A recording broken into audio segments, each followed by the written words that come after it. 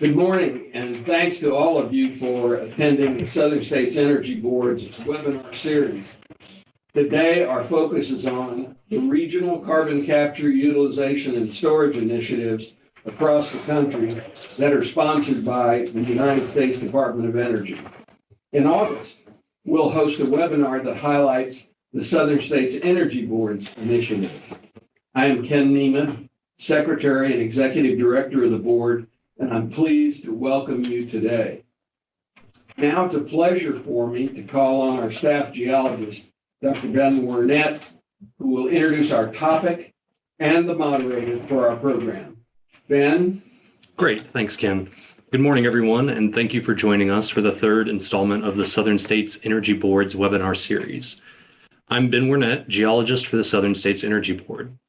If you're unfamiliar with us, SSEB is an interstate compact organization consisting of 16 southern states and 2 U.S. territories, with the broad mission of improving the quality of life in the South through innovations in energy and environmental programs, policies, and technologies. It is the goal of our webinar series to cover a variety of topics related to the energy and environmental sectors and provide an opportunity for subject matter experts to advertise their accomplishments and interact with a diverse group of stakeholders in the region. Our first webinar series examined the adoption of electric vehicles in the Southeast, while the second surveyed the landscape of EV battery technologies and limitations. Today's webinar will focus on regional efforts to further develop carbon capture, utilization, and storage technologies, commonly known as CCUS. Broadly speaking, CCUS is the process of capturing carbon dioxide from a point source or the atmosphere and creating a product or storing the gas in a manner that precludes it from entering the atmosphere. Clear financial incentives like the 45Q tax credit and enduring climate goals have reinvigorated interest in these technologies. This is observed across industries, with many public and private companies establishing long-term carbon reduction goals. At the federal level, the need for further investment in CCUS infrastructure is recognized in the proposed bipartisan Storing CO2 and Lowering Emissions Act. Further, the White House Council on Environmental Quality's recent report, quote, outlines a framework for how the U.S. can accelerate carbon capture technologies in projects in a way that benefits all communities. At the state level, North Dakota and Wyoming have received Class 6 UIC state primacy, while Louisiana is in the process of applying for state primacy. Other states, like Mississippi and Texas, have identified state offices responsible for the issuance of Class 6 UIC permits to inject CO2. This year, we tracked a handful of carbon capture-related bills, which you can find in our preliminary legislative digest. This digest is available on our website. While this brief overview is not comprehensive, it does illustrate that CCUS is recognized as an important technology across industries and at all levels of government. In 2019, the U.S. Department of Energy established 4 regional initiatives. These are the Carbon Utilization and Storage Partnership, the Midwest Regional Carbon Initiative, the Plains CO2 Reduction Partnership, and finally, the Southeast Regional CO2 Utilization and Storage Partnership. Each initiative is tasked with identifying and addressing regional CO2 transport, capture, and storage challenges currently facing the development of commercialization of CCUS. Today, we will discuss the challenges and successes of 3 of the initiatives: CUSP, MRCI, and PCOR. In addition, a state-level CCUS perspective will be provided by our special guest from Louisiana's State Energy Office. Before we begin, I would like to remind you to please remain muted during presentations. We encourage the use of the chat function for questions and discussion, but please note that today's webinar will conclude with a Q&A session. At this time, I will welcome Turney Foshi, Communications and Design Specialist and Webinar Extraordinaire for Southern States Energy Board. As the moderator for SSEB's webinar series, Turney will introduce today's speakers and help moderate the Q&A session. Take it away, Turney. Sorry. 1 second, guys.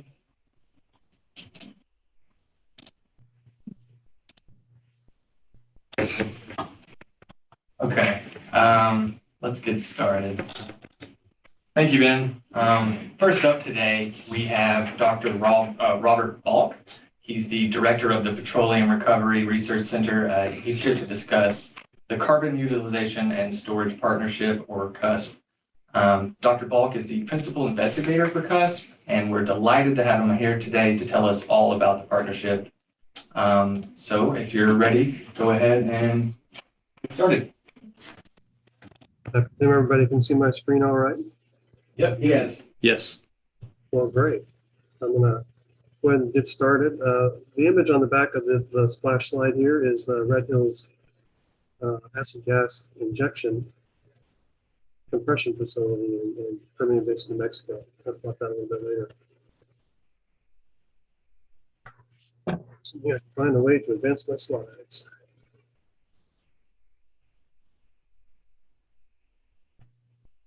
Okay. I think people are pretty aware of this, but I like to bring it up when I talk about CCUS.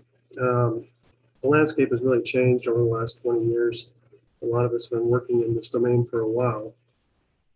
But with Exxon proposing a $100 billion regional storage hub on the Gulf Coast, Occidental Petroleum a couple of years ago at the New Mexico Oil and Gas Association meeting, their CEO said they were going to stop taking naturally mined CO2 in the near future. That's a pretty big deal. They take 20 million tons a year from the Four Corners, New Mexico. Major industrial investors, people like Goldman Sachs, Riverstone, they're seeking carbon reductions and carbon neutrality in companies that they work with. And these are large energy investors. And this is really in response to investor pressure. They're looking for greener investments that they can sell to younger investors. So along with that, you have tax credits and the potential for regulatory pressure that I think have really brought viable CCUS projects into the forefront of people's thinking. So greenhouse gas reporting has been going on for a while. I think that there's some realistic possibility that that data is going to be used to penalize people for emissions at some point. But on the good side, we also have 45Q tax credits, which make it viable in many cases to set up a CCUS operation. So very briefly, and since I'm going first, I can give some of this background stuff. Some history of U.S. carbon storage research. It's really been driven by the Department of Energy. But even before that, we've been using CO2 for enhanced oil recovery in the U.S. for going on 45 years. So we have a large literature and project base in the US and Canada that gave us a great baseline when we started to look at these kind of projects. There was the original Department of Energy Regional Carbon Storage Partnerships. They were formed in 2003. There's the Carbon Safe program looking at large point sources, primarily coal plants in 2016. And then the new regional initiative program that was mentioned during the introduction. So this is Congress actually doubling down on the success of the original partnerships, but with a focus on commercializing the technology and lessons that have been learned. So this is what some of those U.S. Case studies look like. This is the original 7 partnerships. 4 of them actually did finish projects, and overall there were 8 projects around the country, 4 in EOR and 4 in aquifers that demonstrated injection of around 1 million tons of CO2. And really, we kind of wrote the book on best practices for utilizing captured CO2 or storing it. The Carbon Safe program, many people here are also involved in that. Many people that will be speaking today focus on development of geologic storage sites for 50 million ton storage projects. So these are primarily coal plants. We have one in New Mexico, it's San Juan Generating Station, and Enchant Energy is putting carbon capture on that plant, and we are helping them with their MRV plant as part of the CUSP, even though that's a separate carbon safe project. So this is the new regional initiatives. It started in 2019, and we don't know yet when it's going to end. I think DOE has a lot of interest in turning this into a fairly long-term program. And I won't spend time introducing the 4 partnerships. Each of us will do that ourselves. But I would like to talk about who the CUSP is, the Carbon Utilization and Storage Partnership. So we're part of 3 of the original regional carbon partnerships, SWP, West Carb, and Big Sky. And states that we represent are Arizona, California, Colorado, Idaho, Kansas, New Mexico, Nevada, Montana, Oklahoma, Oregon, Texas, Utah, and Washington. We're fairly blessed. We have 3 national laboratories in our region that are involved in this project: Pacific Northwest, Sandia, and Los Alamos.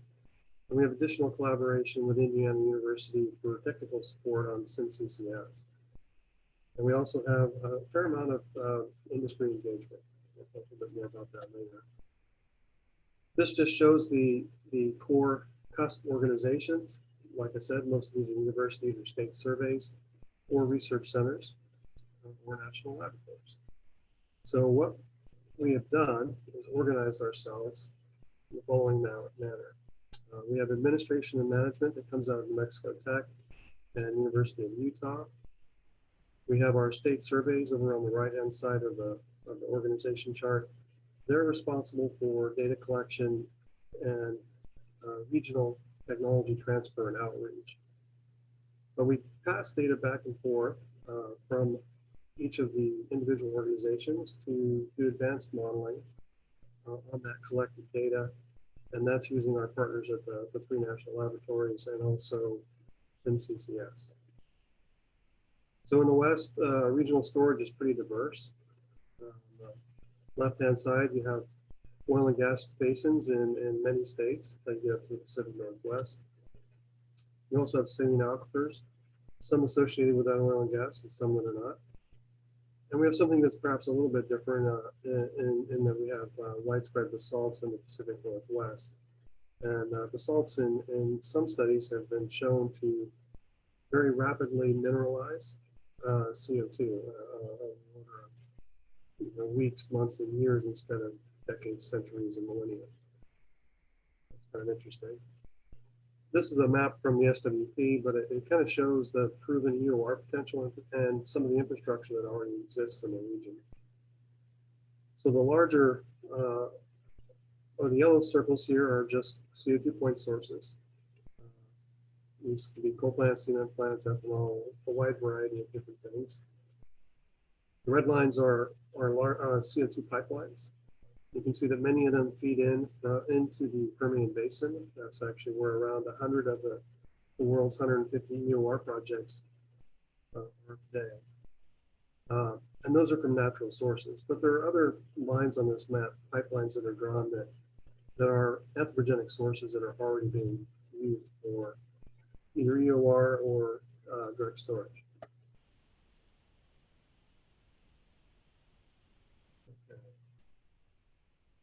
Just an example of that. This is in the North Panhandle of Texas, Oklahoma area. The Southwest Partnership did their injection study for the original partnership program at Farnsworth Field. And Farnsworth had about 500,000 to 600,000 metric tons per year CO2 supply. Came from an ethanol plant and a fertilizer plant within the region.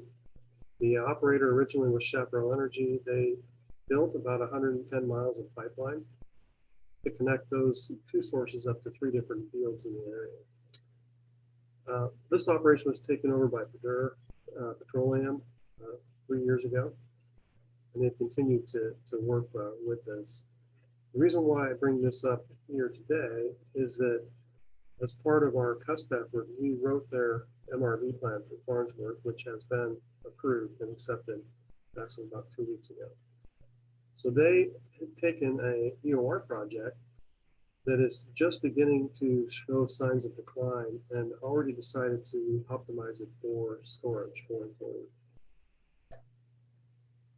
Okay, so the programmatic goals of the CUSP primarily accelerate onshore CCUS technology deployment in the Western U.S.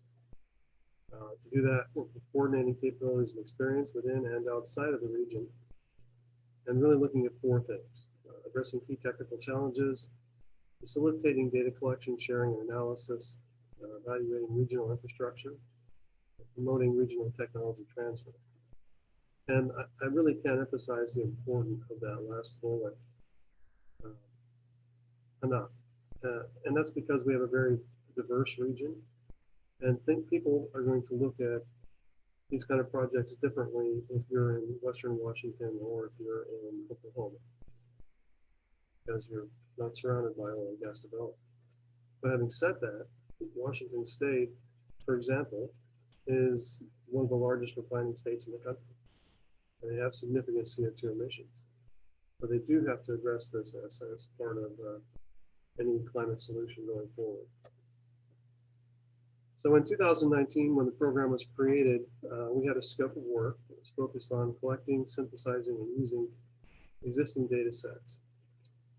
Data that was collected is to be incorporated into analytical and optimization models to evaluate potential, best prospects, kind of bright spots on the map where you have the best opportunity, including economic and developmental readiness indices. So what are the things that you can do right now? What are the things that you should add in later? The state organizations are collecting, updating, augmenting those databases.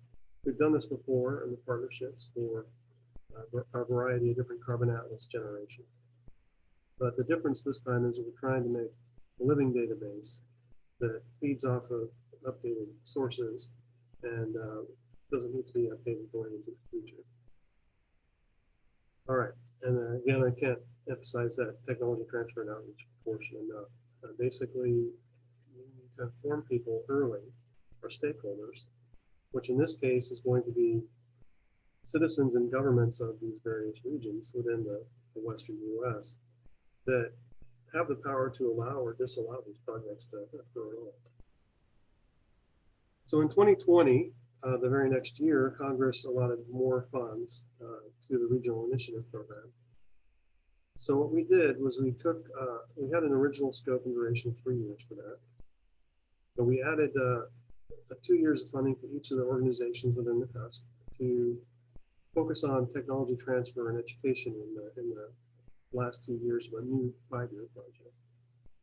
We also set aside a portion of those funds to support the Smart Initiative.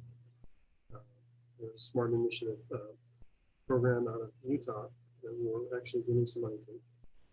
But we also had a little bit of money left, about $1.5 million. And we used this to jumpstart some shovel-ready projects in the region that we identified.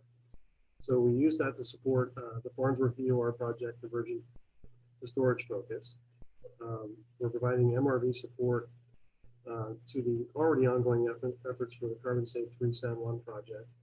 And the biggest project that we funded that year, $1.1 million, is for the largest gas processor in New Mexico, side of the Permian Basin. And taking 2 of their facilities, Red Hills and Metropolis, and turning those separation facilities, which are actually currently already disposing of acid gas, that's CO2 plus H2S, in 2 wells, add a 3rd well, and get them into taking the tax credit. And when we first approached Lucid on this, they were fairly quick to identify the opportunity.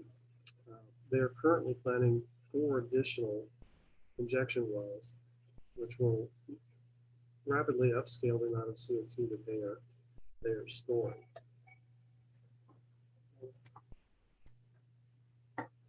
Okay, so what's our current progress? We're looking at sources, sinks, transportation pathways, both existing and potential. We have identified existing and several potential regional hubs.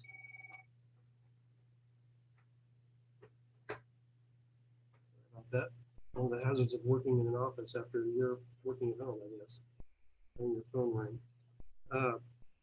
Begin the process of refining our Atlas style data and converting older static databases into self-updating data sources, integrating our machine learning tools, and we had each group within the CUSP identify opportunities within their region. So funding has been pretty regular. So I mentioned the first year and the second year funding, but we also, including last year, had another $6 million or so available to us in 2021. So what we did with the 2020 funds, as I mentioned, was Lousiana Energy. I'm not going to spend a whole bunch more time talking about them today, but kind of the important takeaway is that right now they're capturing less than half of what they could from all of their facilities. They're emitting a lot of sweet CO2 that doesn't have H2S in it. They would like to stop that. They would also like to take CO2 from their neighbors. And this helps them. It helps them become carbon negative potentially because they don't own the CO2 technically. They're just storing it. But they can pass the tax credits upstream to their industry partners that are providing them the raw gas. So what's going to happen with the MRV that's submitted for Lucid is they will have 3 wells injecting and 4 more wells planned. And they're going to probably triple the amount of CO2 that they are currently storing just to get rid of acid gas. Now, what we like about this project is that this has potential to be disruptive. There are many other midstream companies in the Permian, many other midstream companies in the United States. Exxon's actually already doing this at Sheep Creek in Wyoming. So people are, when they see this and see this as a successful business model, they're going to copy it. And I think that that's a very positive thing going forward. Many millions of tons of CO2 stored in the Permian Basin as a result. So in 2021, we took our funds. All of our project team was already completely funded for the first 5 years. And we had a portfolio of around 22 projects that we were looking at in the Western US. And we did an internal call for proposals. The winners were selected internally by the management team this year. But we've also formed an industry advisory board, which has 14 members from companies around the region and also around the country. And they will pick the projects that we support if we get another round of funding from the Department of Energy. Most of these projects have industry partners. In this particular round, we're focused on shovel-ready projects. We're looking at things where injection can begin in 1 to 3 years. And a couple of highlights is this includes a unique study for injection into the salts out of Pacific Northwest National Lab with University of Montana. It includes a storage hub in California for an operator that is using natural gas to heat water for steam flooding. They want to capture the CO2 off of that heating process. And when they looked at it, they decided they could do that for themselves, but they could also start taking CO2 from their neighbors. So it's going to end up being a storage hub, we hope. One in Utah, centered on an iron mine, and one in Oklahoma.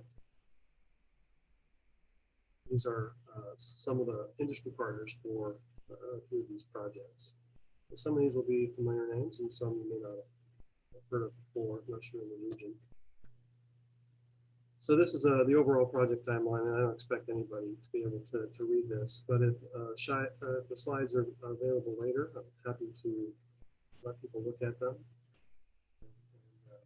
And the Energy Board can keep them if they want. The upper part of this, the yellow, red, black, and green, that's the overall CUSP project, the initial data mapping stuff and technology transfer. And then you can see the 11 new projects on the bottom there that have a Excuse me, Dr. Balch, we are going to have to ask you to wrap it up just so we can move on. It looks like you're getting close. Sorry, we want to make sure we get everyone in today. You got me right on my last slide. The takeaways, the CUSP is actively seeking opportunities to help companies access 45Q in the region. We have a lot of experience generating CO2 storage models, MRV applications, and stakeholder engagement from our previous projects and databases and intelligent computer applications that come along with that. Funding has been pretty regular. If we get funding again next year, we'll seek another 5 to 10 projects in the region. Sorry, I went a couple minutes over. No, that's fine. You packed in a lot there. Thank you so much. We're going to try and hold questions until after everyone's presented today, but please do go ahead and leave those in the Q&A. Up next, I'm going to introduce Neeraj Gupta. He is here to discuss the Midwest Regional Carbon Initiative, or MRCI. Neeraj is the Technical Director for Carbon Management at Battelle's Energy Division. And I appreciate you joining us today. Go ahead and bring us up to date on the activities of MRCI. Great. Can you hear me and can you see my screen? Yes. Excellent. Thank you. And thank you, Bob, for setting this up. I don't have to repeat everything that you said, so that really helps me with my timing. So thanks a lot. So again, I'll talk about MRCI, and this is a co-PI project in the sense that Sally Greenberg from Illinois Geological Survey, she is my co-PI on this program that just started, I guess, 1.5 years. Secondly, there is also a longer name here, Regional Initiative to Accelerate CCS Deployment in the Midwest and Northeast. That was a name in the proposal that kind of sticks with you since we could not come up with a more or better acronym in time. So let's see. Okay, so just a layout, building on what Bob said, there are 4 of these initiatives, and I'm going to focus on the MRCI, which is really co-led by Battelle and Illinois State Geological Survey, but along with partnering with a lot of state geological surveys, universities, and industry across the region. And this partnership is unique in the sense that we combined 2 previous partnerships, the MGSC, which is led by Illinois State Geological Survey at University of Illinois, and the MRCSP, which is shown in the brown color here, that was led by Battelle, but added additional states both in the Northeast and in the Midwest areas of the country to make it a 20-state partnership along with the offshore. So the previous area was mostly these 3, the green, the brown, and the I guess the purple brown colors. That's the overall layout. The organization structure is similar to what you have seen. Really, there are the technical tasks, led by Battelle and Illinois, but with the 4 major tasks that DOE had on addressing technical challenges, data sharing and analysis, infrastructure, and then tech transfer and the promotion of the technology. So there is a Battelle and Illinois co-lead or a team member co-lead on all of these tasks, combined with the support from the regional geology and the technical team. That is, this will be updated a bit more to include carbon solutions, for example, along with Los Alamos. And also, this is a main box where we have industry stakeholders, and this is a growing box here, which I need to update with several new members who have come on board since we submitted the proposal, along with the academia, universities, and NGOs. So that's the overall layout of the partnership or the initiative. The 4 major activities basically are, one is around storage, of course, the technical activities about where is the storage, how much storage is available, how do we access that, but also how do we reduce the risks related to leakage or seismicity and other issues, and then the related socioeconomic financial issues. The second is infrastructure. How do you combine sources and sinks? How do you really develop the infrastructure in the area and combine that with the policy and regulations? That's really, really much needed. There's a lot being done on that. We are learning a lot from some of the states out west and from Jason and his group in Louisiana, for example, on what could be done in this region along with the risk assessment. So this is the overall technical sort of framework of this program. What's been done in the region before? There's been a fair amount of activity in the region. You heard about the MGSC and the MRCSP work, where we have done several pilot tests, the large-scale test in Michigan for EOR with Core Energy, as well as the Illinois Basin, which is really the hotbed of CO2 storage activity currently, with the ongoing projects with ADM, a couple of carbon-safe projects, but also the commercial projects being developed. Some of those are public, but I think several more are not public right now. And one thing I want to mention is, as Battelle, this DOE-funded program, of course, is a cornerstone of our work. But in addition to this, we are also involved in a number of commercial projects to see how the knowledge gained from these partnership works with DOE funding in the past can be used to develop projects commercially and build that long-term industry that supports the CCS deployment. And that program goes national. It's not just limited to this region only. And I'm sure many of you are aware of that through discussions with our team members. But these are some of the examples. AEP Mountaineer project was very significant, both geologically and setting the stage for this Appalachian Basin region. Similarly, offshore work, which is really the big prize in the end is if we can get all the policies and stakeholder issues aligned. I think this is where the majority of the effort will have to be if you look 5, 10, 15 years down the road in the area.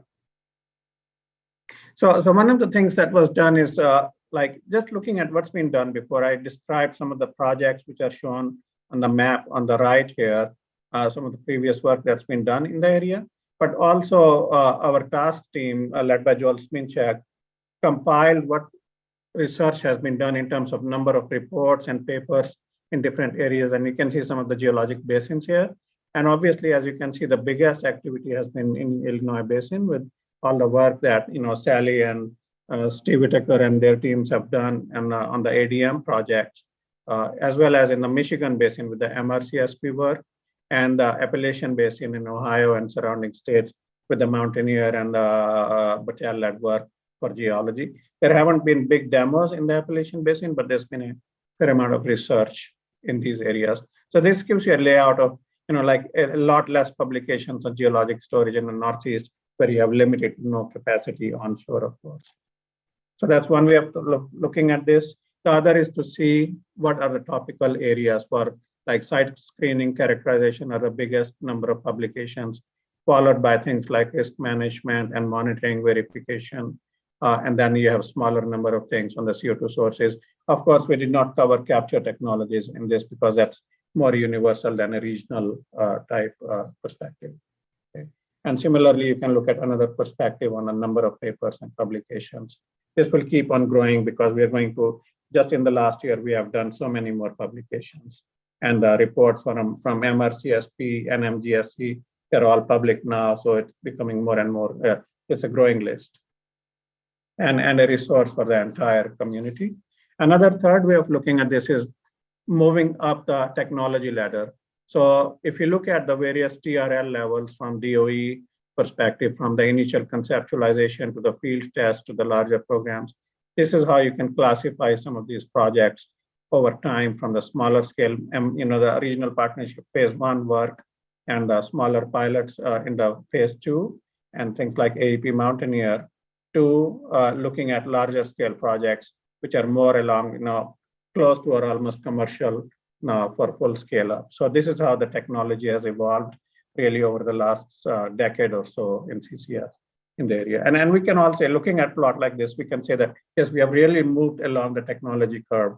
It's not just been academic studies for the heck of it. It's really moving towards commercialization because this is generally where we are at, is how do you scale up? We are not trying to see, can you inject or not? Can you monitor or not? But rather, how can you scale up to a full commercial scale of gigatons and so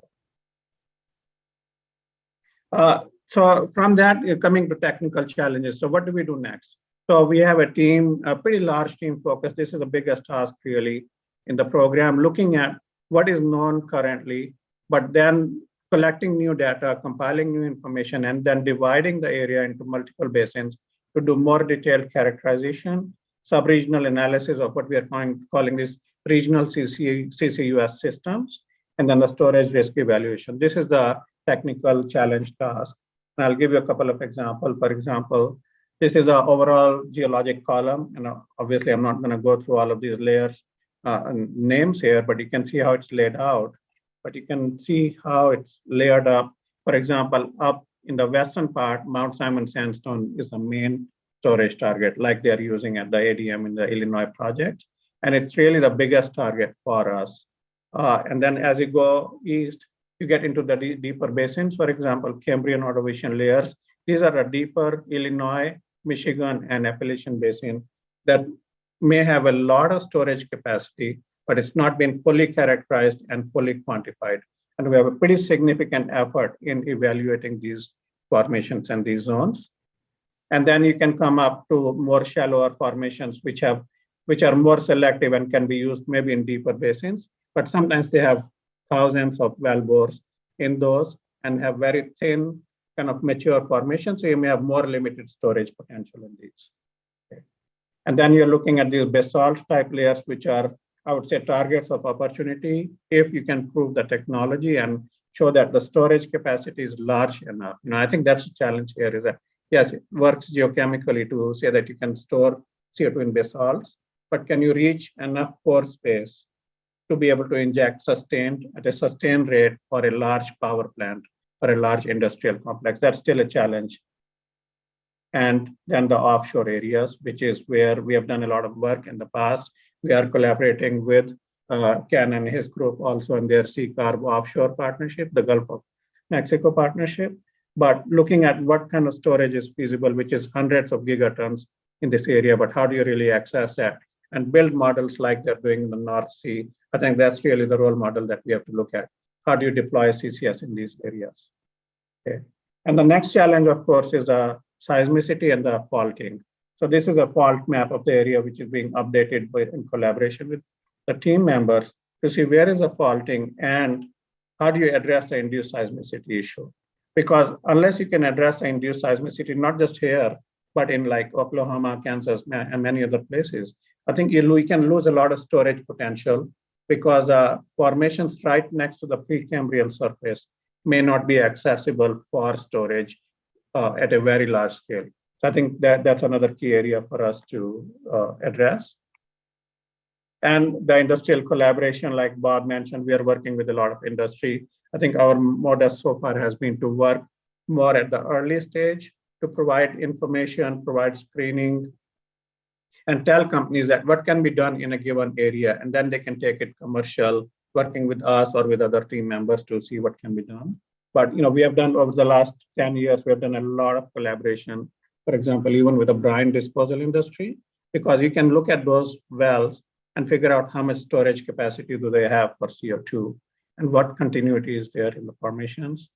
I'm going to skip this one. This is too much geology for the group. And then the infrastructure analysis, of course, looking at the pipelines and how do you really combine various sources and sinks. For example, this is from northern Michigan to look at both saline storage and the EOR, smaller EOR fields together. And this is from Southeast Ohio, looking at the infrastructure examples. Lastly, the CO2 sources, of course, these are the current sources. We all focus on ethanol right now, but please remember that it's only 2% of the storage of the total CO2 emissions.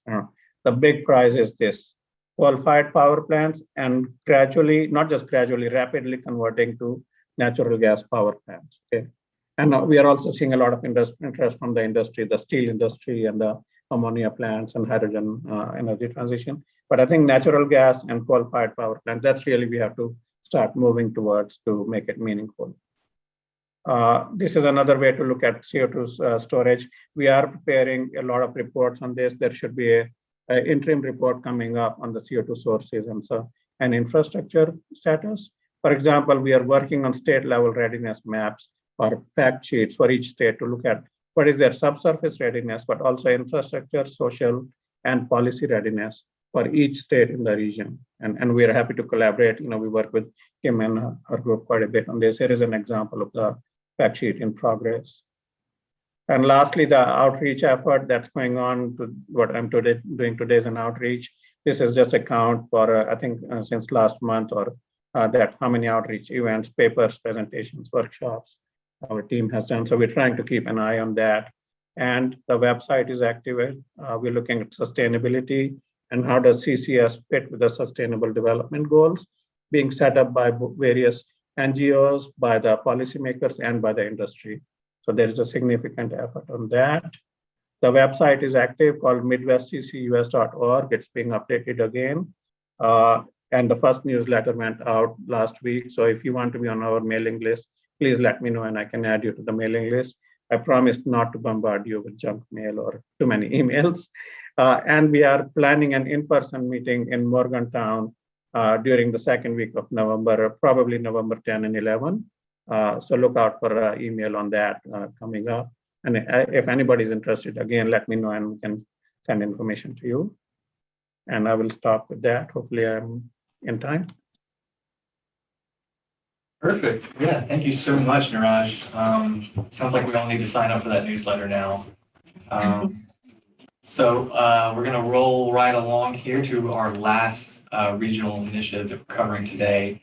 We have a longtime SSEB colleague from the regional partnerships with us, and that's Ed Steadman. Ed is the VP for Research at the University of North Dakota's Energy Environmental Research Center, or EERC. and he's here to discuss the Plains CO2 Reduction Partnership, or PCOR.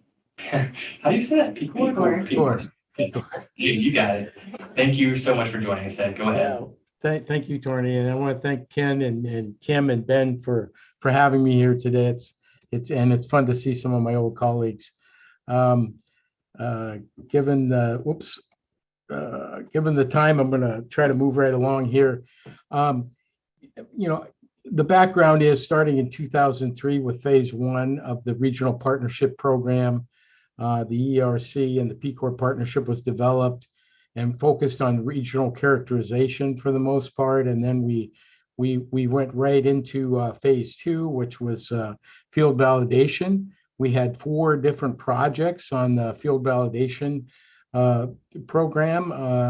And then finally into phase 3 commercial demonstration. And the commercial demonstration, you'll see in subsequent slides, we had a great partnership with Denbury Resources, who continues to be a partner today at their Bell Creek field in southeastern Montana, and dovetailed nicely into that commercial operation to look at the feasibility of storage associated with enhanced oil recovery. And that brings us up to today's program, which is the PCOR Partnership Initiative, and it's really focused on commercial deployment. I asked for a slide of all our partners since 2003, and it got ridiculous, so I apologize for that. But I do want to make the point that these partners are the backbone of our partnership, have been from day one. We've got everything from NGOs to commercial, the big oil companies and everybody here, and they've all contributed either knowledge, opportunities for field demonstrations, or cash to the program. And really can't thank all of those partners enough. So to talk about where we are today with the Regional Partnership Initiative, and this shows that our region here, which now includes Alaska and a big swath of Canada. And really, we just feel our job is to do what we can to enhance and facilitate commercial scale CCUS deployment across our region. We do have a really active capture team. I'll talk about that later. We've done, now approaching, 18 to 20 years of characterization of the geology. And, we're blessed in our region with really a great geology, great socioeconomic situation. We've got a region that's used to extractive technologies, has a lot of oil and gas and coal development. And so we're really poised in a great way to be a part of the future of CCUS. This map gives the major sedimentary basins in green, and then the major stationary sources are the circles in various colors. One of the things I wanted to point out is these yellow, that's ethanol facilities. Now, ethanol facilities produce, they're relatively low-hanging fruit with respect to capture, because they produce a fairly concentrated stream of CO2. Really have to remove the moisture, but they're small. And so they're actually sub-commercial scale with respect to, for the most part, with respect to viable CCUS opportunities, but they're starting to band together and look at pipeline opportunities, gathering pipelines to develop opportunities there. You can see we've got a lot of major sources in the Minnesota, Wisconsin, Iowa range that does not have a lot of the sedimentary basins, but you can see here in the Williston Basin, Powder River Basin, and Western Canadian Sedimentary Basin, we've got a pretty nice juxtaposition of stationary sources and appropriate geology for CO2 storage and enhanced oil recovery.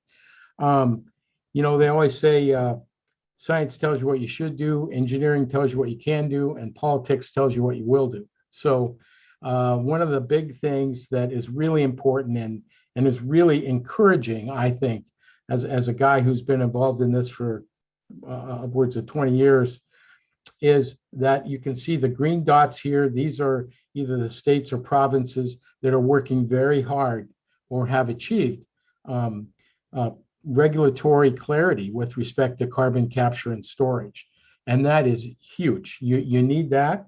Proud to say that North Dakota, the state that I live in, was the first state to receive primacy from the US EPA.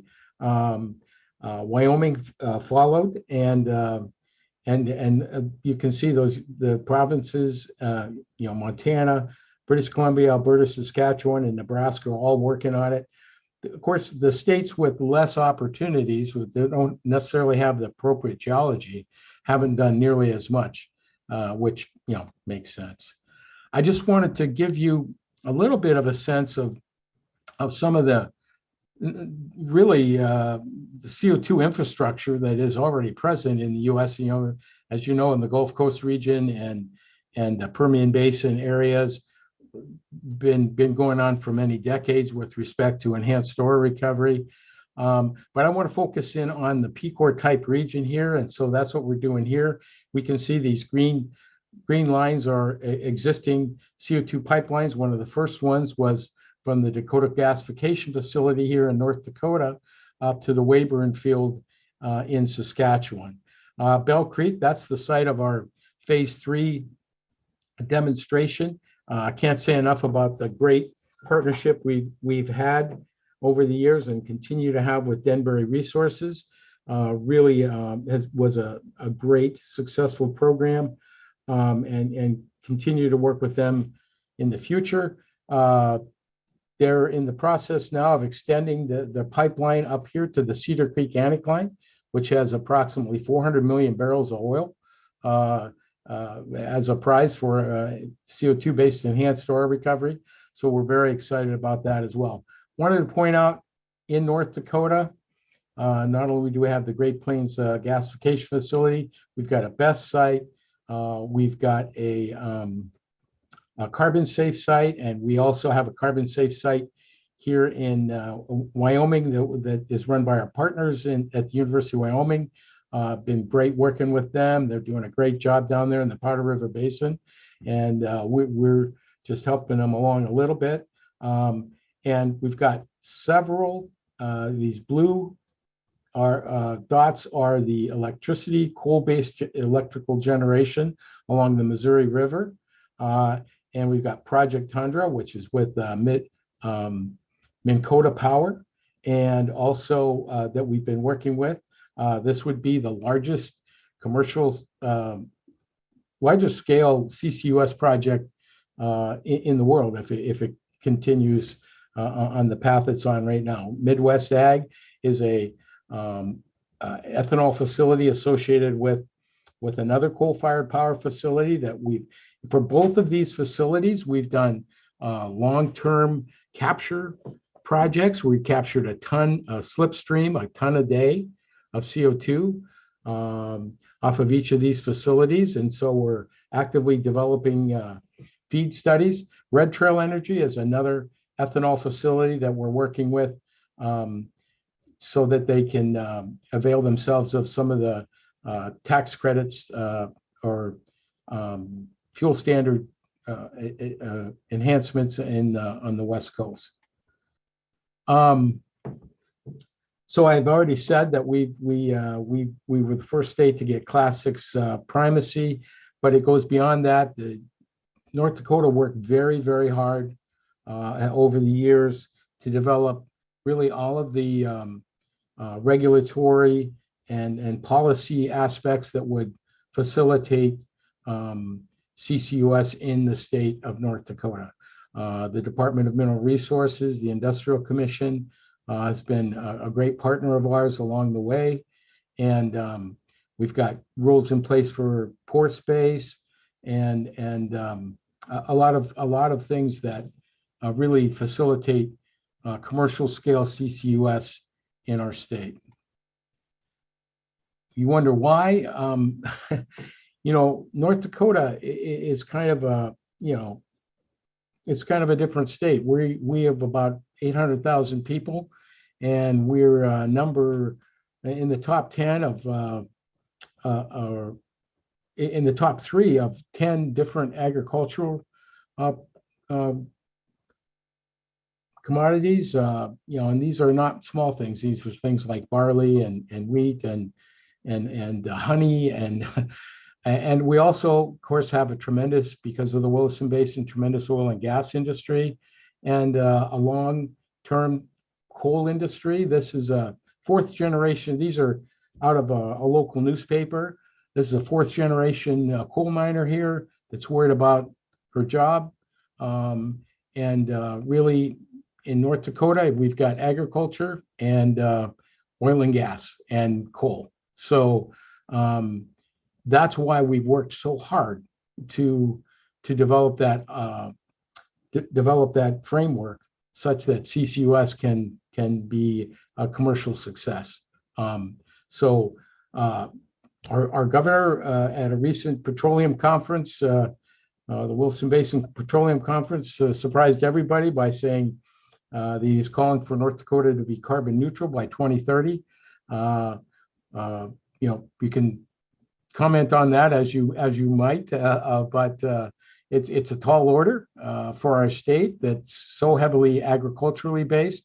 It's obviously continental climate. It's warm in the summer and cold in the winter. So we've got our work cut out for us, but we feel strongly that CCUS and the regional partnerships and now the regional carbon storage initiatives are really going to be an important part of the future for our region. So just in summary, really, we've got a great team now. We've got all of the components in place. We've done the first 2 applications for permits for Class 6 wells. We just put the second one in North Dakota, and we've got the team here. We've got the geologists, the capture people. We're working on feed studies for capturing in the 2 plants I already mentioned. Our region and our state is serious about commercial CCUS projects. Several of them are way in the works, and we're neck deep in every single one of them. Got a good gig going here. It's been pretty fun. And with that, I'll end my presentation, and happy to chat with any of you later. Thank you. Excellent information, Ed. Thank you so much for joining us today. Now we're going to transition away from the regional initiatives into an important state level presentation from our special guest, Jason Lanclos. He's from Louisiana's State Energy Office. Jason, thank you for joining us. We're ready to hear what Louisiana is doing to facilitate carbon capture. Attorney, thanks so much. Appreciate so much being here today, and thanks to Ken and Kimberly and all the staff at SSEB. This is a great opportunity, and I think a lot of times with the webinars, when you go last, everybody has kind of touched on your talking points, so you realize that you have to go really fast. So today I've got a combination of the 2, but I'm thrilled to be here today with you guys. And really, before I even talk about Louisiana, I want to just emphasize how important those collaborations are with other states, and just being able to work and see folks like Ed and Dr. Steve Carpenter in Wyoming to kind of pave the way for other states to look at what they need to do to really position their states to be successful. And I think that, it's a lesson for all of us that when you work at the state level, to make sure that you're collaborating, that you're talking to other states, even though you're not adjoined to another state, look towards those other states for guidance. And I think that for us, we've had the benefit of really working with some tremendous partners through this. We've always been very comfortable reaching out to people who've been through it in terms of, what do you do with EPA? How does this process work? And really and truly over the last several years, I think that's really been what the recipe has been for our success in Louisiana. And I want to talk a little bit about why we think that we're in a really good position right now, and why I think we're so excited about the opportunities that we've had. And one of the talks that I did recently, we talk about shifts in terms of state government, in terms of where we are and where we were, right? So when you look back in 2018, when the federal 45Q tax credits first passed, there was interest in CCUS, but a lot of folks were just on the inquiry level. They were asking about, what is this? What are the impacts going to be? We spent a lot of time waiting for the IRS to put out guidance on how all those programs were going to be implemented. And I'm happy to report that for us, we used that time knowing that the IRS and even with EPA, that there was going to be kind of a time where we needed to focus on what the state could do to properly position itself to try to turn this carbon economy concept into something that would be long-term for Louisiana, that we could really help to sustain jobs, do good things for the environment. And really our overall, when you look at our base in terms of how Louisiana is formed, we have a lot of the things that Ed mentioned in terms of making CCUS a reality. And I've talked to a lot of other states, and when you visit with other states, some folks have pipeline infrastructure, but they don't have storage. Some folks have storage, but not the other. And then some folks don't have source CO2. So it's like to combine all those three things together is something that we feel is very strongly is going to position Louisiana. So what I mean by that is that when you look at source material, when you look at pure stream CO2, we're in the neighborhood of about 200 million metric tons per year of carbon dioxide.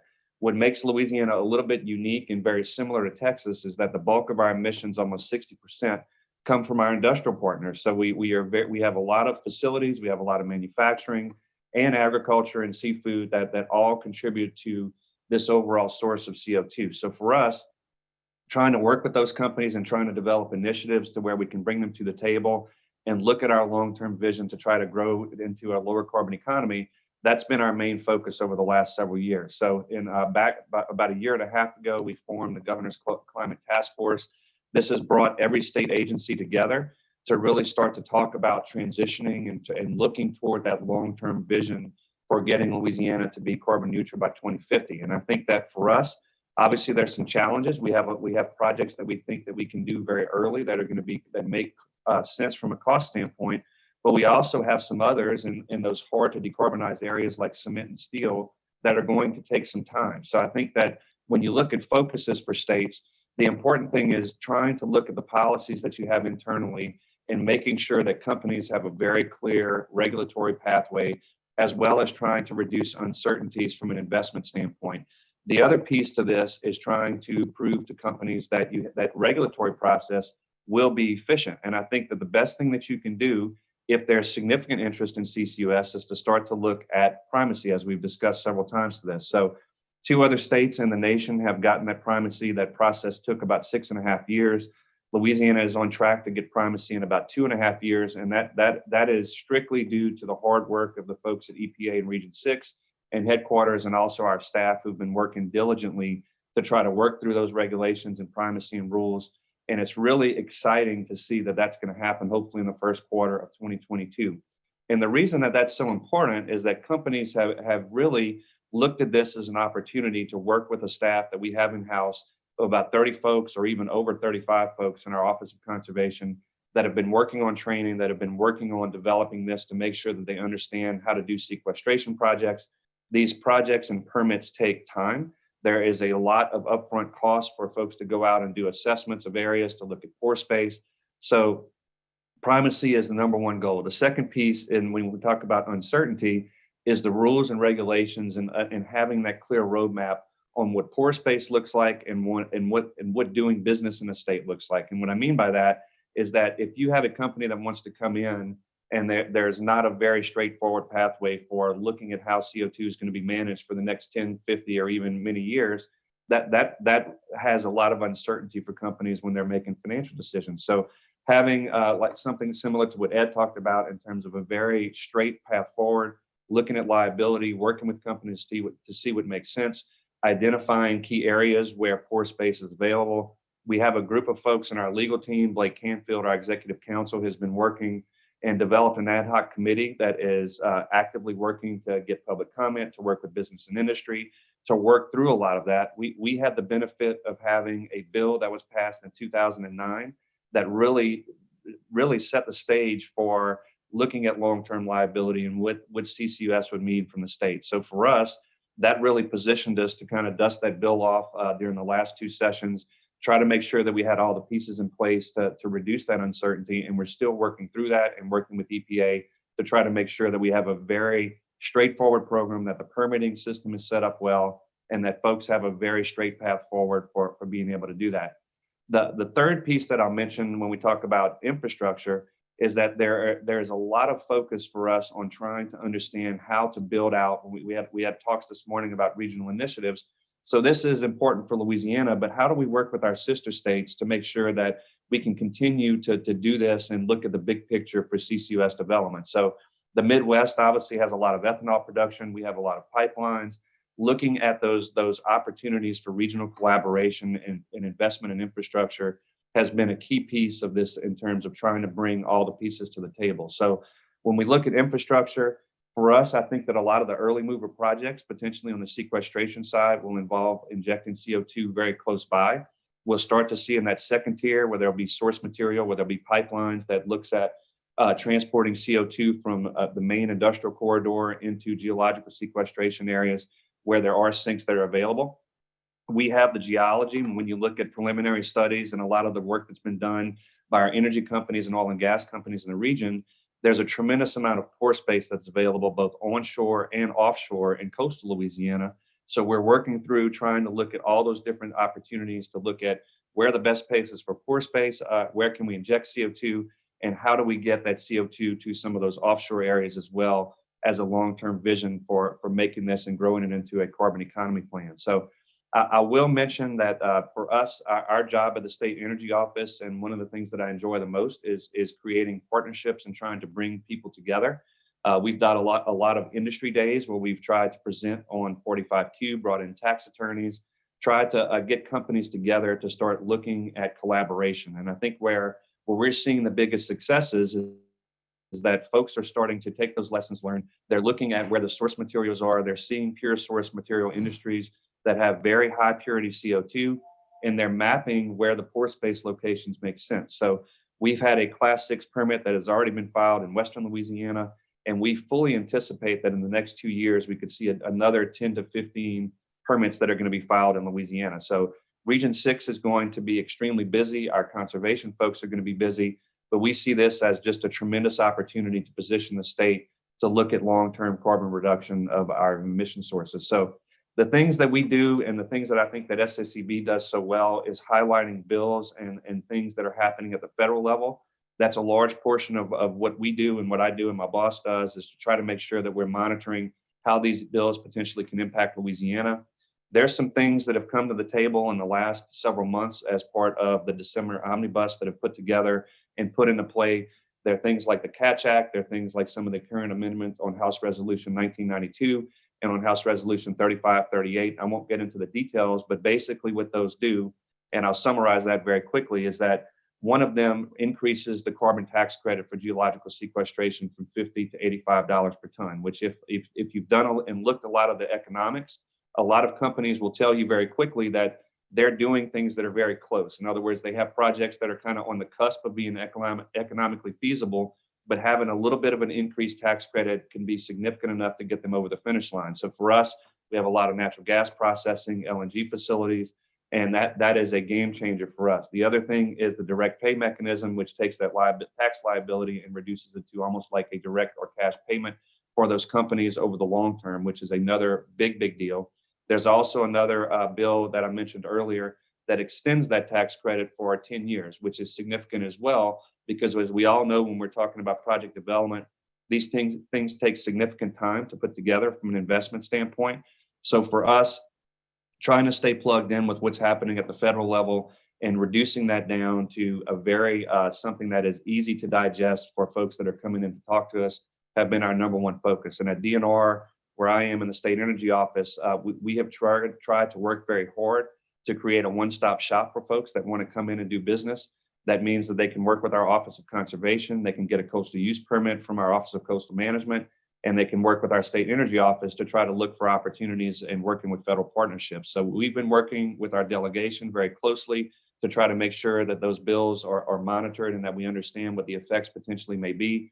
And we're working very closely with our legislative body to make sure that they're aware of the significant opportunity that Louisiana has to make this into an industry that we think is going to be extremely successful. So I know I condensed a lot of time or a lot of things into a very short period of time, but I just want to thank SSEB and look forward to chatting with all of you. And hopefully we'll have some other meetings going forward. And again, this is something that we're all extremely excited about. I think it's a topic that a lot of states are tracking and are monitoring.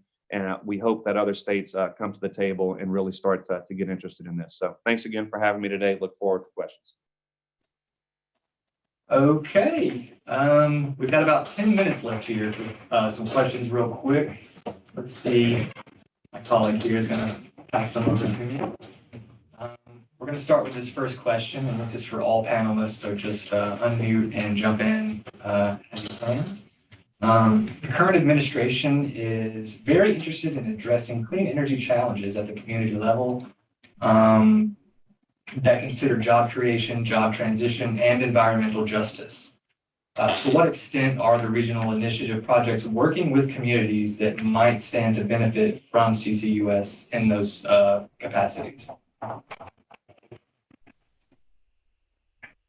I guess I can start. In North Dakota, we have several of the communities that are really on the federal, disadvantaged or underserved communities that are associated with the coal fields and the associated power plants.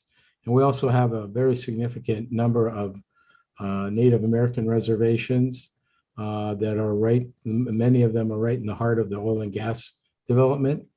And so we've been working hard to be addressing that issue and be more inclusive of those communities in work that we're doing in that region. And it's just it's actually pretty straightforward for us because of those designations as underserved communities. Pretty similar. Go ahead, Bob. Every time you close a coal plant in Four Corners, you kill 500 Navajo mining jobs and another 500 Navajo plant jobs. And these are good paying jobs in economically challenged communities. And so that's not just New Mexico, that's Arizona, Utah, Colorado, that whole Four Corners area. So we think it's pretty critical. Part of our outreach is to make sure that people understand the long-term economic impacts of their communities. New Mexico has a 2040 Energy Transition Act, no more carbon emissions from our energy by 2040. This has really spurred a lot of interest in converting power plants to hydrogen generation, blue hydrogen, so hydrogen with carbon capture. What that does is it allows you to keep those oil and gas jobs, which are also pretty important, New Mexico being one of those disadvantaged states, I guess. Do you really want to lose 100,000 good paying jobs, or do you want to convert them over to a hydrogen and CO2 economy?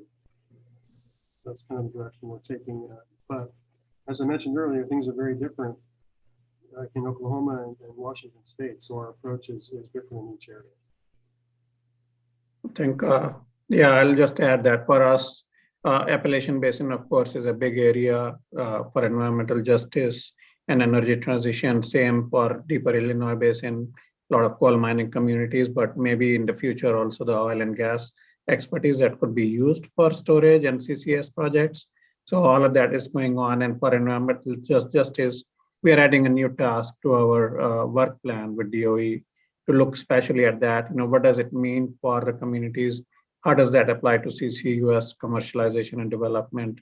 And with NETL also being located in the same area, the Appalachian Basin area, hopefully working more closely with the NETL team also to help define and address these issues. Okay. Quick clarification question, Dr. Balch. By definition, are the upcoming Lucid injection wells with planned MRV Class 6 wells? They are Class 2 wells. Okay. The reason why they are Class 2 is they are handling oil and gas waste for disposal. So these wells are permitted. The acid gas disposal wells in New Mexico are permitted class two through the Oil Conservation Division. But each acid gas disposal well has a further requirement of going directly through the Oil Commission. And those well designs are very similar to the class 6. These are wells that you can do a class 6 well at some point if they had to. But class 2 has been approved by EPA at Shoe Creek and other places. So I don't see any difficulty with continuing that for anything that is dealing with brownfield oil and gas wells. Okay. We have one more question here, and this is for you, Jason, actually. How's Louisiana working to coordinate collateral related to long-term liability with EPA, duration and calculation of amounts, and when do you expect to be able to announce progress? Great question, and thanks, Kevin, for asking that. So as part of the ad hoc committee, our Office of Conservation is working through that with EPA right now, just specifically on the monitoring plans and the requirements. Those things are being worked out. I think that with primacy ongoing, obviously, I'm not going to get into the details. That would be something for our injection and mining director, Steve Lee, to kind of go over, but I'm happy to put you in touch with Steve. That is a great question and something that we're working through very closely with EPA. And again, when you look at just the liability in pore space in doing projects is so important. We want to get it right. And again, I'm happy to put you in touch with Steve to make sure that you can get that question answered. Okay. Well, I think we have time for one last question here, and this is for everyone. What are you seeing as the biggest risks hindering wide-scale commercial deployment of CCUS? Yeah, that's a very large question. I'm sorry, but it's in the next 3 minutes, let's try to get that answered. I'll give my 30 seconds worth. I think the biggest risk really is public acceptance. Without that, you have no project, no program. So getting out and informing stakeholders, I think, is probably the single greatest risk. We already know most of the technical things we need to know to run these projects. We know how to build the equipment, we know how to operate it, we know how to safely store CO2 in the surface and prove that it stayed there. Now you have to prove it to the stakeholders who are informing their officials about what they need to do. So what Ed said about politics tells us what we need, what we can do, or must do, I should say, that's really, really critical. I would agree with that. Public acceptance combined with being able to access and get pore space for the large commercial projects, and then addressing seismicity, especially in the basal sandstone, which could affect a lot of storage resource. Yeah, just to echo what's already been said, without social license, all the permits in the world won't get you anywhere. So that probably is the biggest threat. I don't think it's a technological threat, and I think we're well on the road to handling the legal and regulatory elements. Yeah, Ed, I totally agree, and I think that from a state perspective, that is something that we're working very closely on, is to look at how we can do community outreach and engagement, how we can educate communities on what CCUS projects look like, what the impacts potentially may be, both the positive impacts potentially for air quality and others will be for a part of these projects. And I think that just making sure that they understand that these projects look a lot different from a normal project. This isn't an expansive, sometimes an industrial facility that you think is being permitted. It might be an injection well in an area, and that might be all you see. So I mean, it's just trying to go through all those things and making sure that the communities are engaged and that they understand what potentially these projects may look like. Yeah, and I'd like to add one more point here. From SSEB's perspective, we've developed a relationship with the University of Houston's Center for Carbon Management and Energy and Chuck McConnell, and we're working closely with a group of industry experts to try and evaluate risks to the commercial deployment of CCUS technologies. And as part of that effort, we're developing a roadmap that outlines these risks and steps that can be taken over time to help eliminate these risks. And you'll certainly be seeing more of that here in the future from us. Okay. Well, I think that's really all the time we have. We're right at 12:15. Thank you for all the questions. I want to thank all of our attendees for participating. A big thank you to the panelists as well for providing a regional overview of CCUS successes and challenges. Please note we are going to host a future webinar in August that's going to cover the project that SSEB leads, which is the Southeast Regional CO2 Utilization and Storage Partnership, also known as CCARB USA. Make sure you're signed up for our newsletter to receive that registration notice. I also want to take a moment just to promote our 2021 Energy and Environment Legislative Digest. It's available on our website now, and it has more than 500 energy and environment bills passed in our member states and territories. And if you want to stay current on our upcoming activities and events, I encourage you to follow us on social media, Facebook, Twitter, Instagram, YouTube, LinkedIn, and make sure you sign up for our emails on our website, sseb.org. Thanks again for everyone for joining us today. Good talk. We'll see you next time. Thank you.